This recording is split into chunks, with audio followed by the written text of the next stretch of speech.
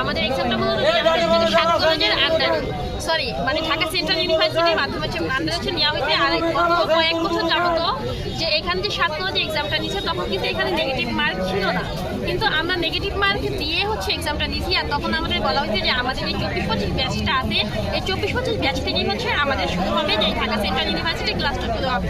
তো এই গেল, এরপর হচ্ছে আমাদের বিভিন্নভাবে কয়েকটা নোটিশ দেওয়া হয়েছে যে আমাদের বলা হয়েছে যে 30 তারিখে দিন কাগজপত্র জমা দিব, দিয়ে হচ্ছে ক্লাসটা ওই দিনই শুরু হবে। এরপরে আবার নোটিশ দেওয়া হয়েছে যে 30 তারিখ থেকে হচ্ছে 15 তারিখ নভেম্বরের 15 তারিখ পর্যন্ত হচ্ছে কাগজপত্র জমা নেওয়ার ডেট। এইটাও মানার পরবর্তীতে তারা কয়েকদিন 2-3 দিন আগে হচ্ছে নোটিশ দিচ্ছে যে হচ্ছে নভেম্বরের 15 তারিখ থেকে একদম নভেম্বরের 30 তারিখ অবধি থেকে শুধুমাত্র কাগজপত্র জমা নেবে, ক্লাসের কথা কিন্তু কিছু বলে নেই।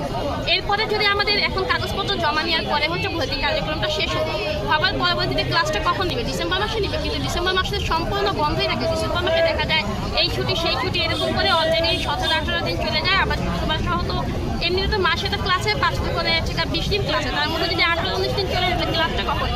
আমাদের একদম 2025 সেই সাল পুরোটা সালই তো নষ্ট। আমাদের সাথে যে ব্যাচমেট আছে তারা হচ্ছে ঢাকা ইউনিভার্সিটি, রাজশাহী ইউনিভার্সিটি, যে এগুলি না হয় বাদ দিলাম, যে সকল ন্যাশনাল কলেজে যারা ভর্তি দিতে তারাও বলতো হচ্ছে ফার্স্ট সেমিস্টারের এক্সাম দিতে চায়, সেখানে এখন আমাদের ক্লাসই নেওয়া হয়নি।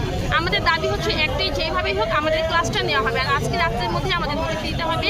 গতকালকে থেকে হচ্ছে অনশনরত অবস্থায় আছে, যে হচ্ছে আর যতদিন অবধি আমাদের ক্লাস শুরু না হবে এখানে অনশন অবস্থা চলবে। আর হচ্ছে আরও কর্মসূচি হচ্ছে আমাদের আরও বড় হবে আস্তে আস্তে। এখন দেখা যাচ্ছে আমরা অল্প কয়েকজন, যদি আমাদের ক্লাসটা নেওয়া না হয় তাহলে হচ্ছে আমাদের আন্দোলন চালু বাড়বে, আর অনশন বন্ধ হবে না যতদিন না ক্লাসে নোটিশ দিচ্ছি।